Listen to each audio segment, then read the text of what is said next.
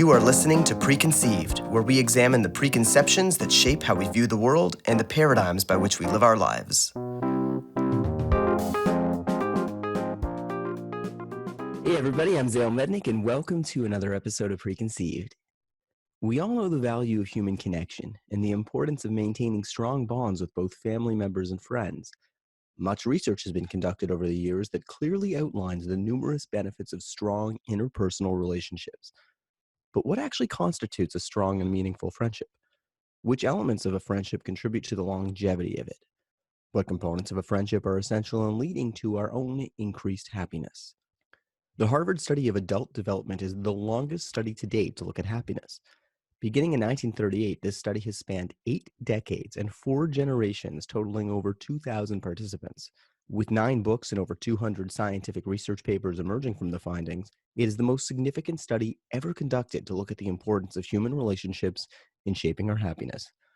I'm delighted today to be joined by Dr. Bob Waldinger, a professor of psychiatry at Harvard Medical School and the current director of the Harvard Study of Adult Development. His TED Talk on happiness is one of the fastest spreading and most listened to TEDx talks of all time, with over 40 million views. All right, so Bob, welcome to the podcast. Thank you. It's truly a delight having you. I've watched your TED Talk on happiness, which is one of the most popular TEDx talks that's ever been done. And the scope of the Harvard study that we're speaking about is quite impressive. What were the main goals of this study, though? I outlined in the introduction some of the statistics on how long this has been going on for, since 1938, 2,000 participants, 4 generations. And for people who don't have an inclination towards research, they may not understand how impressive that really is, that this study's been going on for so long, collecting so much data. But what was the initial question that the study was being investigating? Well, it turned out there were 2 basic questions, a different question for each part of the study. As you know, there were 2 groups. There was a group of Harvard College undergraduates and a group of boys from Boston's poorest and most disadvantaged families.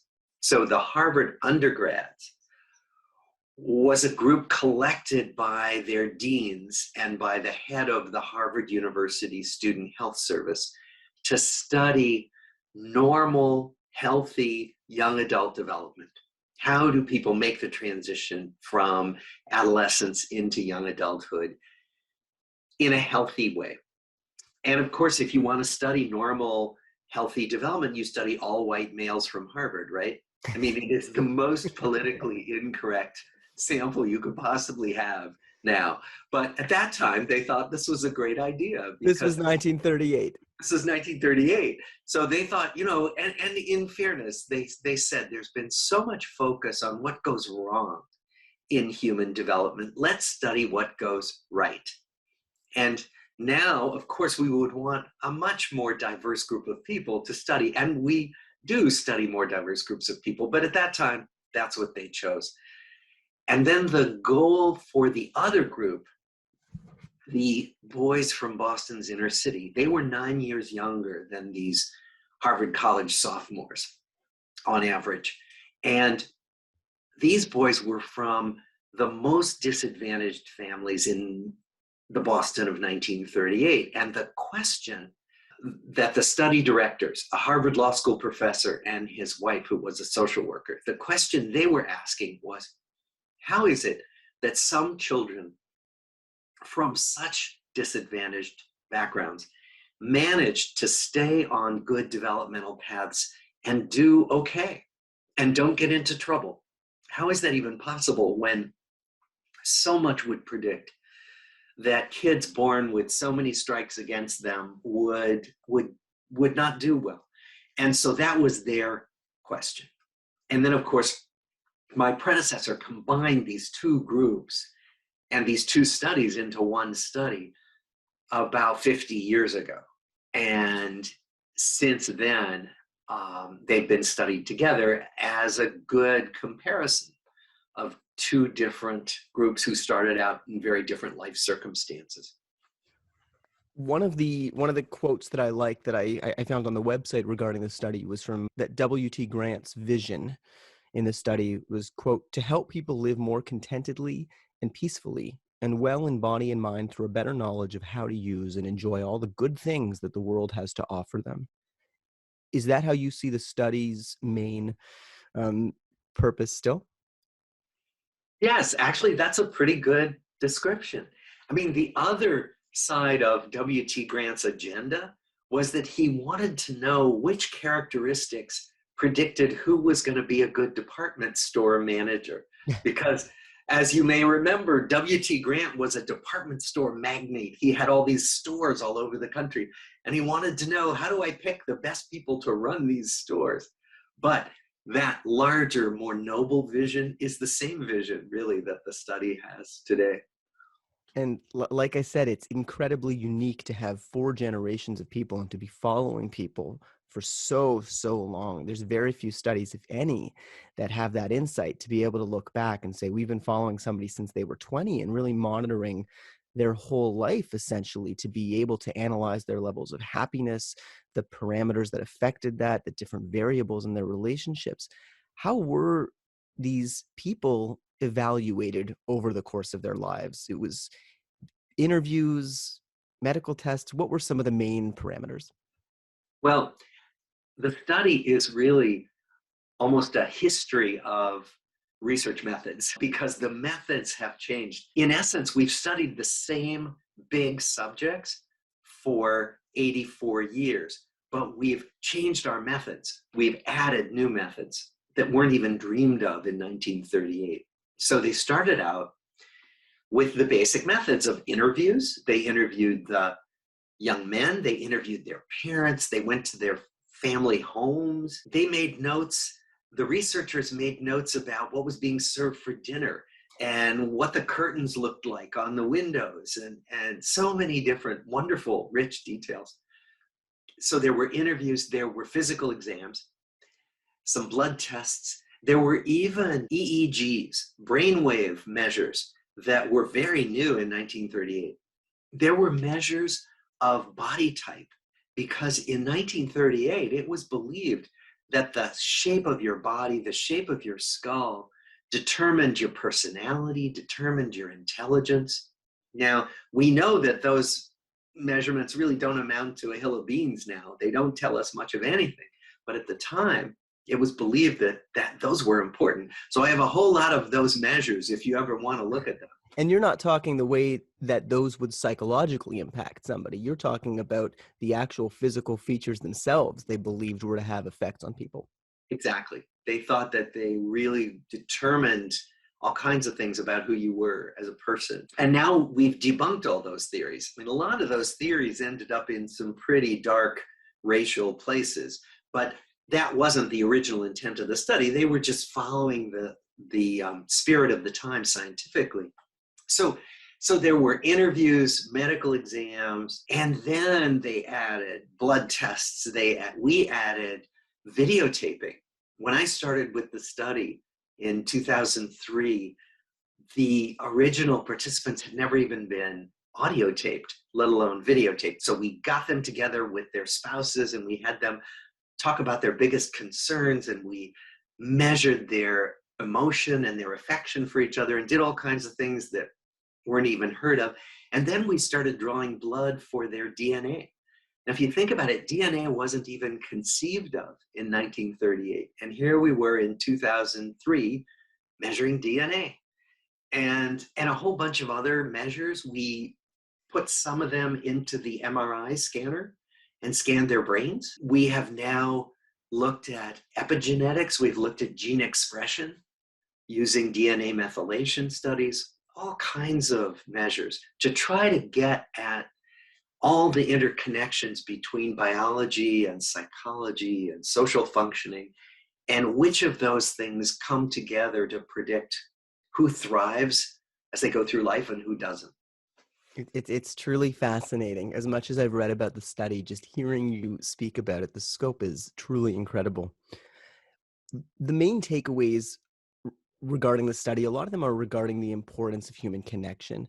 And this is what you outlined in in the incredible TED Talk that you did. One of the key takeaways that I got when I listened to your TED Talk was and your TED Talk was outlining a lot of the important findings from the study over the last many years, was that good relationships keep us happier and healthier. There were three main messages when you were explaining why good relationships keep us happier and healthier, as evidenced by the study. Sure. One was, social connection is good for us and loneliness kills. Two, it's the quality of the close relationships that matter. And three, good relationships don't just protect our bodies, they protect our brains.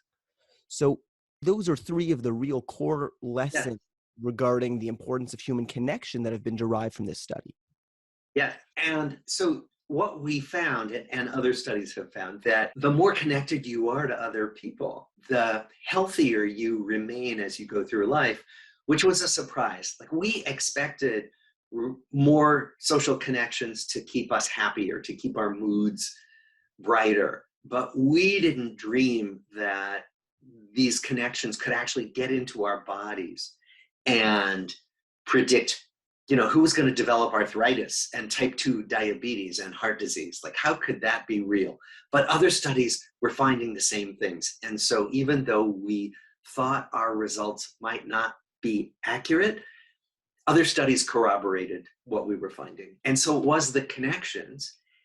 And to some extent, it's how many people you see, because what we find is that even those casual, friendly connections keep us healthier. So the little smile on the checkout person's face at the grocery store who you see every week might be a brightening influence on your life. So those, what we call casual ties or weak ties, turn out to matter. But more important for all of us are the strong ties that we have, these, if we're lucky, warm connections with even just one other person or a few people who we really feel have our backs in times of need, who will be there to support us. And so it turns out that warm, close connections and feeling secure in your connection to at least one other person matters a lot. And then the third thing is, as you noted, this idea that it keeps our brains sharper. It doesn't just keep our bodies from developing all those typical diseases of aging that we think of, but also, I guess, the disease of cognitive decline and Alzheimer's, that there have been studies showing that people who are more socially stimulated and less isolated experience slower cognitive decline. They experience it later if they have it at all. And that's another powerful incentive, I think, for many of us to try to stay connected as we get older. And a lot of this, I think people might be saying, yeah, I've heard this through the literature. I've heard this through a lot of books that have come out over the last 10, 15 years, but this wasn't something that people used to take for granted. This wasn't by any means mainstream knowledge. And your studies Yeah. and many other studies, but especially yours, have done a great, great job of bringing that to the mainstream so people can appreciate that it's not just this hunky-dory idea that friendship is a good thing for our lives. It's true.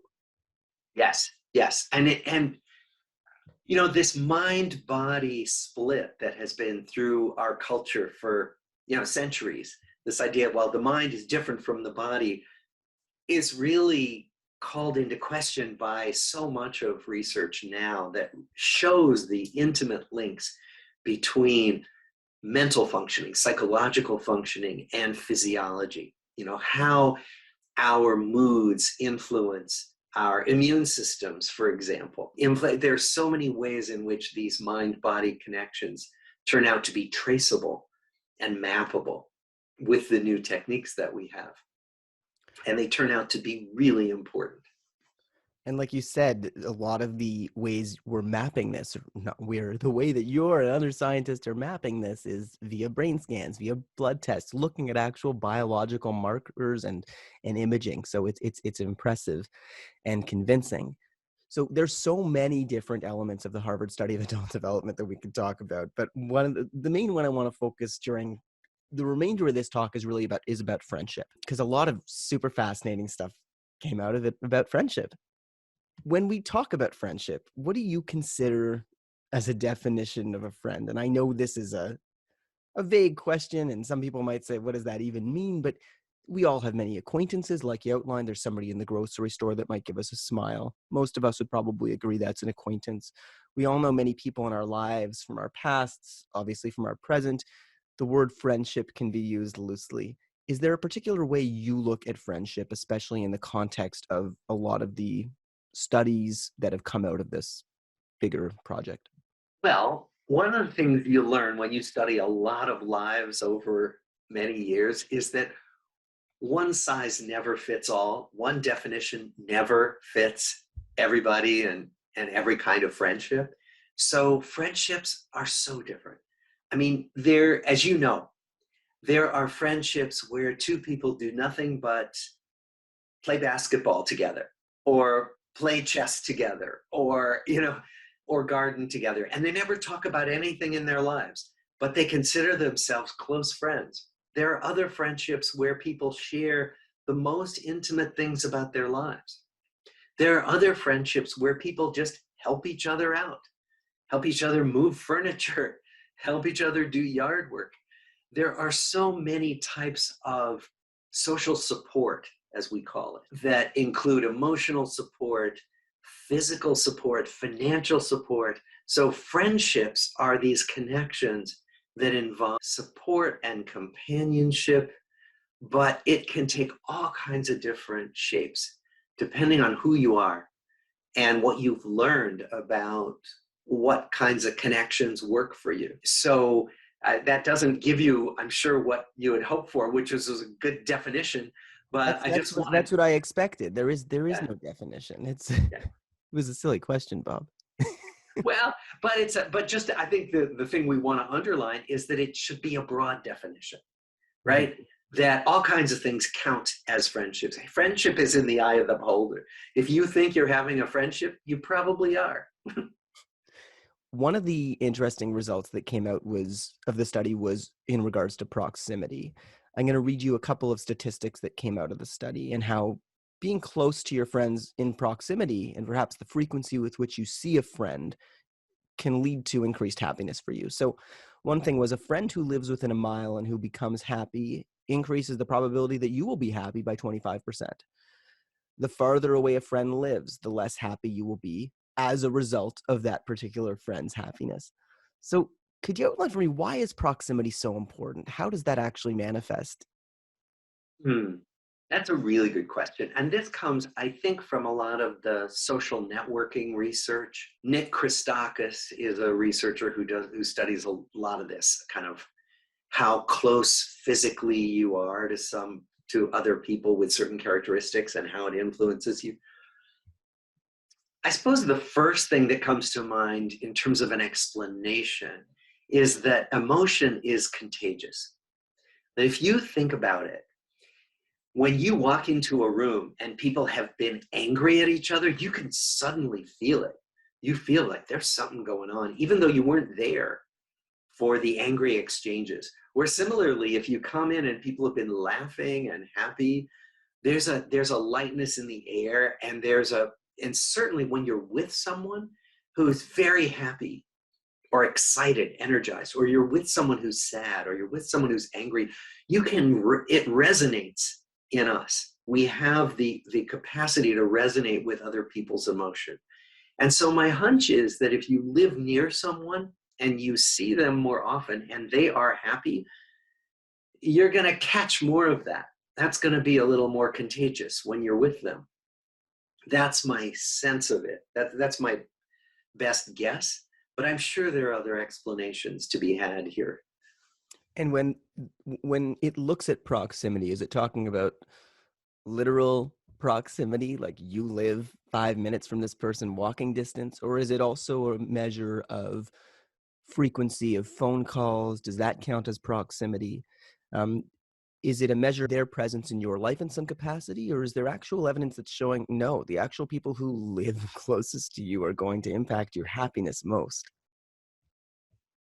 I don't know that they've done a horse race between whether living close impacts your happiness more than being in contact 3 times a week. I don't know. I don't know that that research has been done. I suspect that both things are determinative. In other words, there are people who are in close contact with others who live far away and feel quite sustained by that, quite supported, quite, happy as a result, right? So I bet it does have to do with frequency of contact, with how big a role someone plays in your life, and that could be separate from geography, but geography also may make a difference. However, I suspect that if you live within a mile of somebody who's happy and you don't see them at all, that probably doesn't have the same influence. And I guess one thing I should differentiate is we're talking about, I've said a couple times, the way a friendship impacts your happiness. And there's different types of friendships, and a lot of it comes down to how you define happiness. Uh, like you said, there's some friends we might play basketball with more frequently and have those casual, frequent relationships. But then there's a lot of other friends that we have that maybe we don't see frequently, we don't keep in touch with frequently, but we consider very close in our lives. The people we go to when we need to have a serious conversation, the people who we've bared our souls and secrets to, the people we go deep with. The people you can say, for example, I can go a few years without seeing you, and then we just pick right up again. How do you look at and again, this isn't a statistical or research question, but just from your experiences, do those different types of friendships serve different purposes, even if it's not necessarily happiness, but, and I mean, happiness could mean meaning to many people, but in terms of the different roles those friendships have in our lives? I think they do serve different purposes. Those old friends who you don't see that often, but feel immediately connected to when you get together, they are among those people who we feel we can call on if we're in trouble, even if they don't live nearby. They're also people who we share memories with, that we share history with, that nobody else may share. And that shared history is something you can't create anew. That's not replaceable. And it also affirms our identity. The kids I went to elementary school with, right? I mean, those are people who knew me at a time of my life that I can never replace with other people who didn't know me at that time of my life, and we knew each other in a certain setting, in a certain time. That all can feel very precious. And it can affirm our sense of where we've come from, what our roots are. And that too, that kind of identity affirmation can give us a sense of security and connectedness that's important for well-being. Did you find that a lot of people in the study, people they may have considered some of their closest friends, were the friends that they had grown up with and had the longest history with? Yes, some people definitely have that. Other people don't. Other people don't have any friends from childhood, even from young adulthood, but their close friends are people they've uh, met later in life.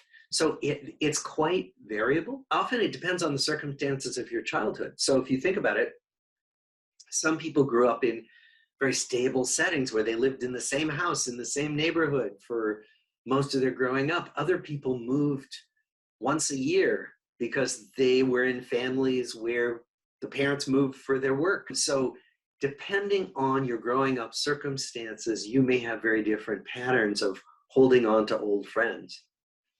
It's interesting. I think of my own life and a lot of my close friends, and I hate being self-indulgent on this show, but sometimes it's helpful to think of my own experiences to be able Yeah, to relate. I think some of my closest friends are from when I was younger, for sure, because of exactly what you said. There's a common experience. There's an understanding of where I came from, and they've seen my development. right. Another circumstance in which I see a lot of my close friends is when I was in a particular setting with them for a close period of time. Whether it was, there's a year in Italy I spent, for example, when I was Mm. 15, and really just an intense experience. And even though it was just 1 year, it was during some formidable Oh, yeah. years, and a lot of those friends have stuck with me. A lot of friends who I went to sleepover camp with because it Right. was a really important experience. So is that another thing? It's the not necessarily even the longevity, but the type of experience you shared with somebody.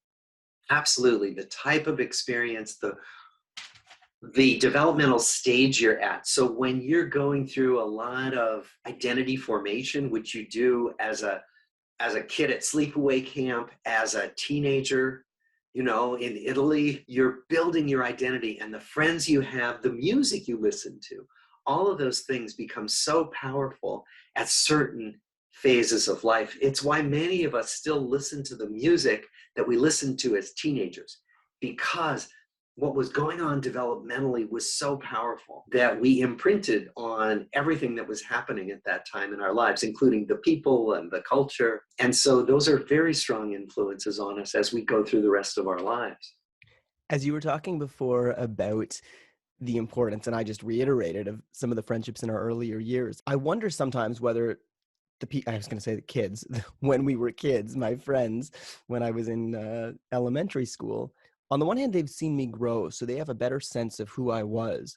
But is it tough for us to loosen our perceptions of people as they get older? Is it tougher for me to look at a friend where I had a certain view of them in elementary school and unhinge from that a bit as they grow and as they change? Am I stuck to this notion of, oh yeah, he was the jokester back in grades 5 to 8, and to really change the way I look at them as they've grown older and change? Is it tough to change together as we get older?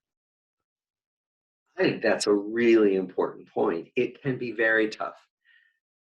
Some of us are better at this than others, at looking at this person in front of us and seeing who they are today and not having it all overshadowed by what their reputation was in grade school. We see this particularly in family relationships where siblings, parents, and kids still treat each other like it was 20, 30, 50 years ago, right? So a bossy older brother and a younger sister who doesn't like being bossed around can still keep reenacting that when they're in their 50s. And when we're lucky, we allow those perceptions to change just by watching who we are now and paying careful attention to that. But it can be hard.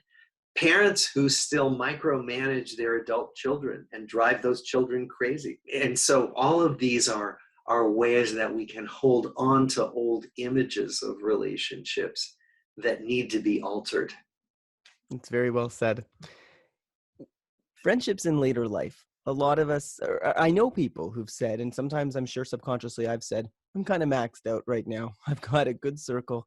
I'm happy with who I have. And it's not that I am not open to making new connections, but I know people who have said flat out to me, and I've probably said it as well, right now I'm really good with my friend circle. And I don't know if I have the bandwidth to develop more relationships where I go deep.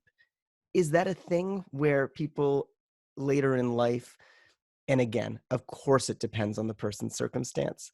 Um, is that a real phenomenon, though? And is that a disadvantage? Are we shortchanging ourselves to an extent if we develop a mentality where we say, I've got my great friends and I'm going to maybe foster those, but not be as open to new relationships? Or is that just sensible, saying, I'm really happy with the friendships I have and I want to nurture those?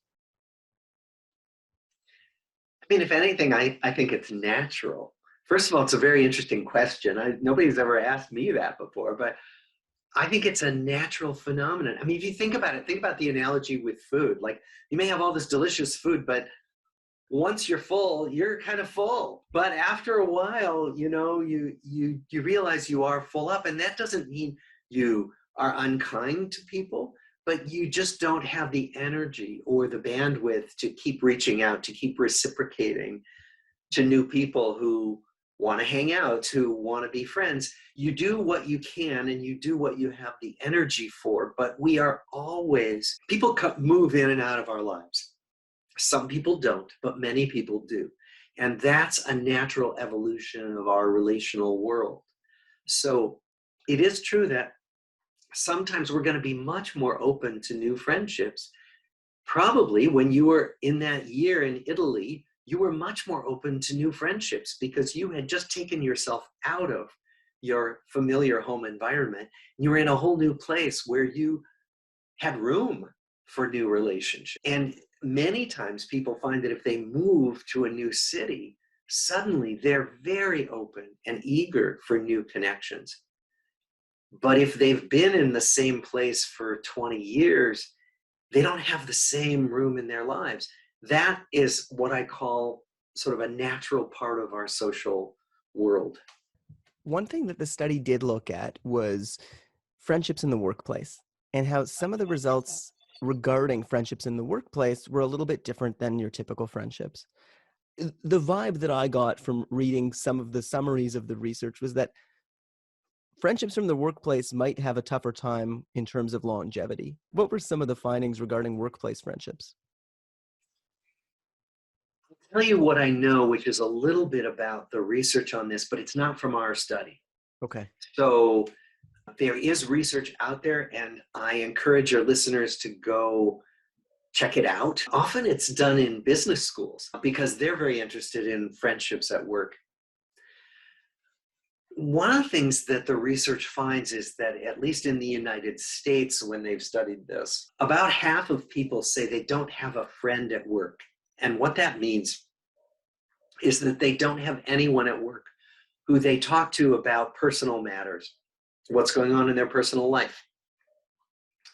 And that not having a friend at work turns out to make you feel less engaged in your work. You're somewhat less productive, and you're more likely to leave your job.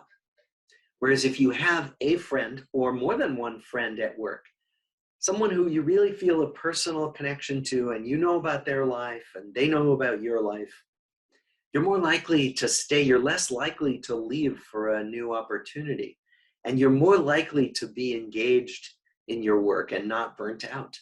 So one of the things that employers are now getting interested in is the idea that instead of being a distraction with this image that workers chat to each other and they waste their time, that in fact, workplace friendships may be a powerful enhancer of a business's bottom line. It may be a good thing.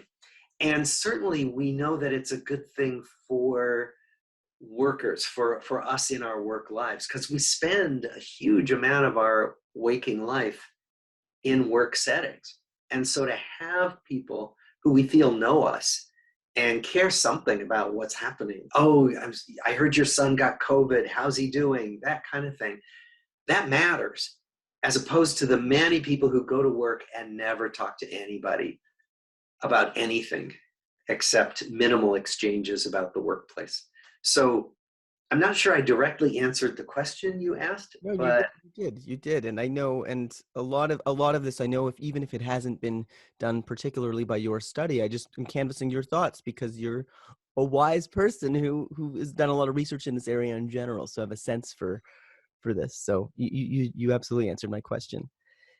One question again that I imagine not much research has been done in, but I'm curious on your opinion about it, is this notion of staying in touch with people.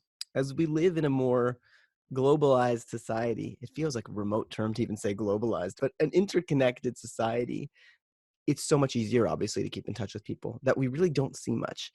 And particularly, I'm thinking about, I've become close with some people while traveling, not in the Italy experience, but later in life, while I've just been traveling and having new experiences, who I've kept in touch with. And we make an effort once in a while to send some text messages, maybe have a Zoom or a Skype conversation once a year. And I remember there was one person I met who said to me, we had a good relationship while we were traveling. And he said to me, you know what? I don't really love keeping in touch. To me, this experience is what it was. And I really value this time we've spent together. I'm making this sound like a more dramatic conversation than it was. But he said to a few of us, I really like this, but I just don't see the point of keeping in touch. You know, we're realistically never going to see each other again, probably. And I'd like to just cherish this friendship for the moments in which it existed. Now, I guess it is a philosophical question. On the one hand, it's really nice for me to be able to keep in touch with people, even if I don't see them so frequently. But then I wonder, does it dilute the friendship to an extent? Does it dilute that initial experience we had? Because inevitably, when you're keeping in touch with somebody, there's a higher chance for disappointment because we don't all keep in touch so well. Is there a chance that those people with whom I had a really amazing bond with, that by trying to have that persist, even in a situation where we live in different countries and I might see them 2 or 3 more times in my life, Is it better to just maybe let that go? If we see each other in the future, amazing, but not try to hold on to it and say, we're going to maintain this friendship and we're going to go back to where we live and make sure that the extent of this friendship survives in its current form. And that was a big mouthful there. Ah, well, okay, so I'll go back to my mantra, which is one size never fits all, right? That's, as you say, some people are much better at keeping in touch long distance than others. Some people don't want to do it. Some people try to do it and it's disappointing. Other people find that it's great and that they can keep in touch and maybe even occasionally see each other, but otherwise have a relationship that is long distance and that it's nourishing, it's beneficial. One of the things we do know is that one of the positive uses of internet contact and social media is this kind of staying in touch where we are actively in touch with each other as opposed to the kind of scrolling our Instagram feed, and doing that kind of passive consumption of digital media. That this active use of the internet turns out to have benefits for many people. And so it's a bit tangential to what you were saying, but that the staying in touch that happens remotely through these new technologies can be really useful for some people. And other people don't find them useful at all. So it varies a lot. But I will say anecdotally that there are people who during the pandemic have reconnected on Facebook with friends from grade school who they haven't talked to in 40 years. And they're suddenly so excited to be reconnected and having all kinds of discussions on social media that they never dreamed of having before. And so there are opportunities to stay in touch and even to reestablish contact with people that sometimes are very helpful and enhance our well-being. And on that note, there are some people I find, and I know everybody finds, where you say, as I alluded to before, we can go 10 years without talking, and I see you, and it's like no time has passed, and it's this incredible feeling. And then there's other people where I consider the friendship to have been equal in terms of its meaning to me, or perhaps the happiness from which it was derived, where I might see them in 10 years after not speaking, and it doesn't quite feel like that.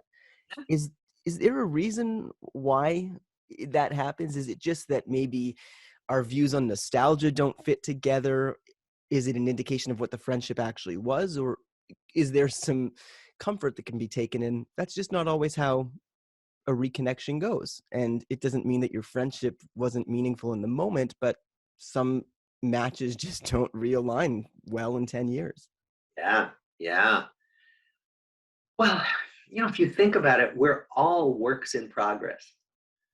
Until we die, we're all works in progress. We're all changing, right? Absolutely. So each of us is changing in different ways. And sometimes we change in ways that still mesh very well with our old acquaintances. And sometimes we change in ways that don't mesh well anymore at all.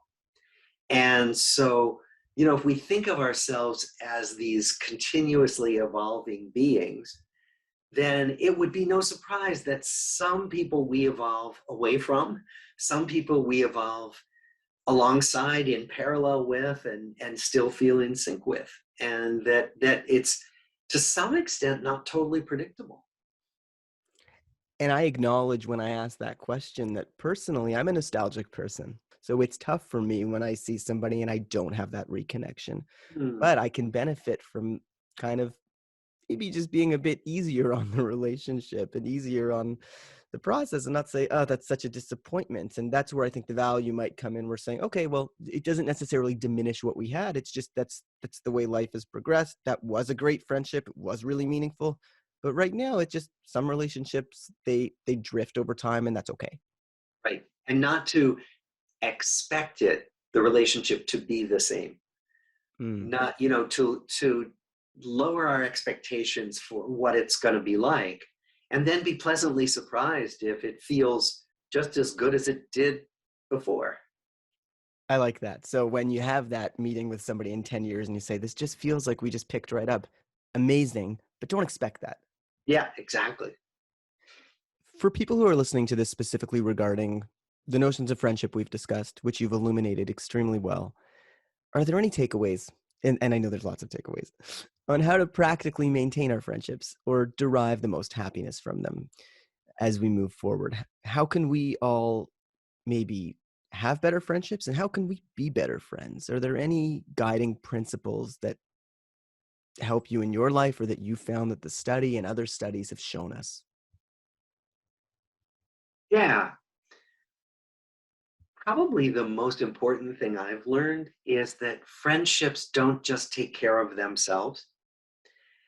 I used to have the idea that if a friendship was a good friendship, it would always be there, it would take care of itself. I didn't have to do anything particular. And that's not true for many friendships.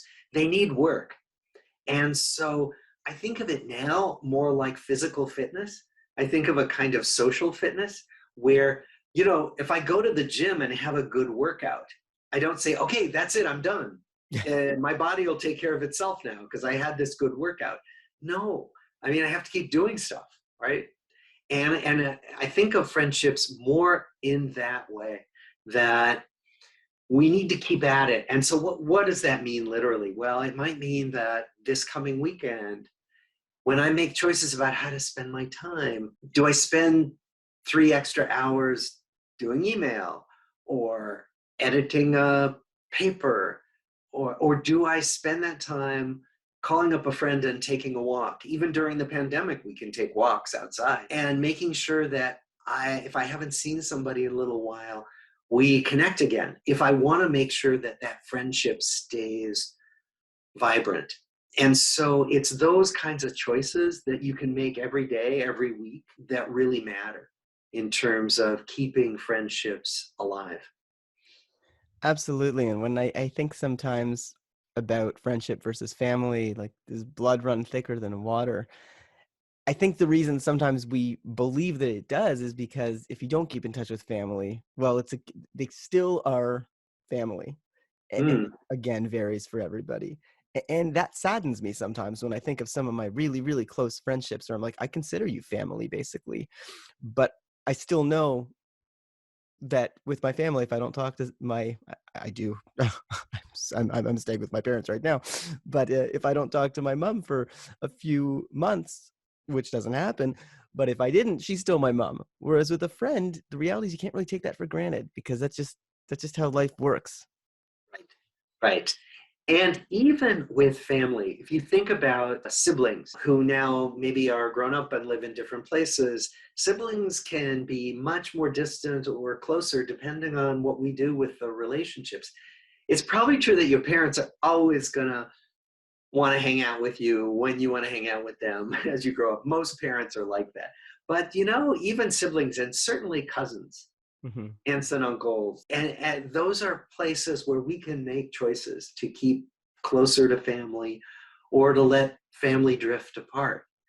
And so all of that takes a kind of social fitness that is worth paying attention to. Is Don't just take it for granted that these things will always be there. Bob, the last thing I wanted to ask you is a pivot from friendship, but I think while I have you on the podcast, is valuable to canvas your insights. A lot of the metrics in the study relate to what makes us as individuals happiest. I'm curious what happiness means to you. Happiness means a lot of things to different people. It's a blanket word for so many different things. Some people find it just pleasure.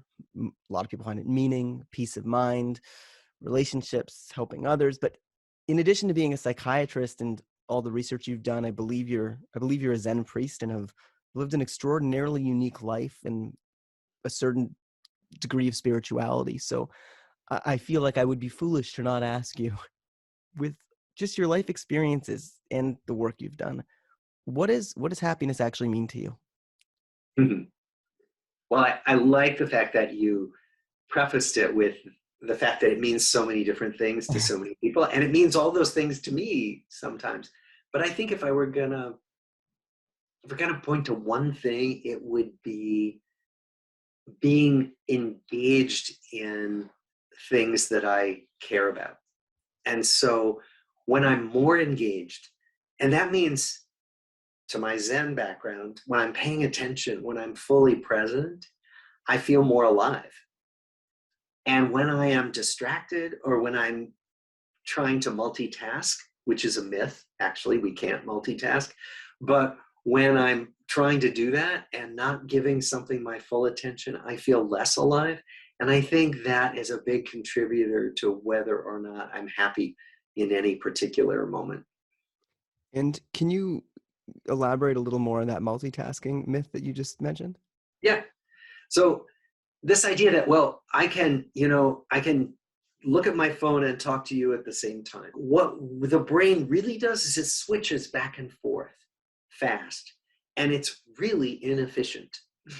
So in fact, if I tried to look at my phone and talk to you at the same time, I would be giving you part of my attention.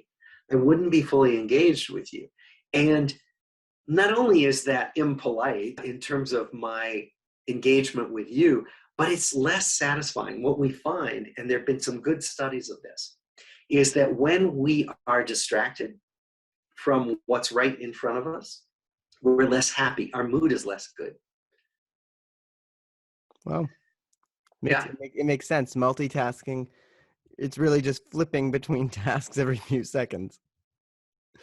Yep. Bob, I want to thank you so, so much. I know you get a lot of speaking requests, and I mean, nobody has to join this podcast, but you absolutely did not have to take this time. And I'm so, so grateful for the wisdom you've shared, the explanation of the incredible research that's been done, and just all the insights and perspectives you've provided. So I want to thank you so, so much. Is there anywhere I can direct people to learn more about the Harvard study of adult development, or anywhere you want me to direct people? Maybe to our Lifespan Research Foundation website, which has a lot about the study and a lot about how we're bringing sort of the insights from this research into forms that people can use. So it's the website is Lifespan Research, all one word, .org. And if you send people there, they can learn more about all this. Excellent. I will put that into the episode notes. Thank you, Bob, so much for taking this time. Great. This was fun. I really enjoyed it. Well, I'm really glad.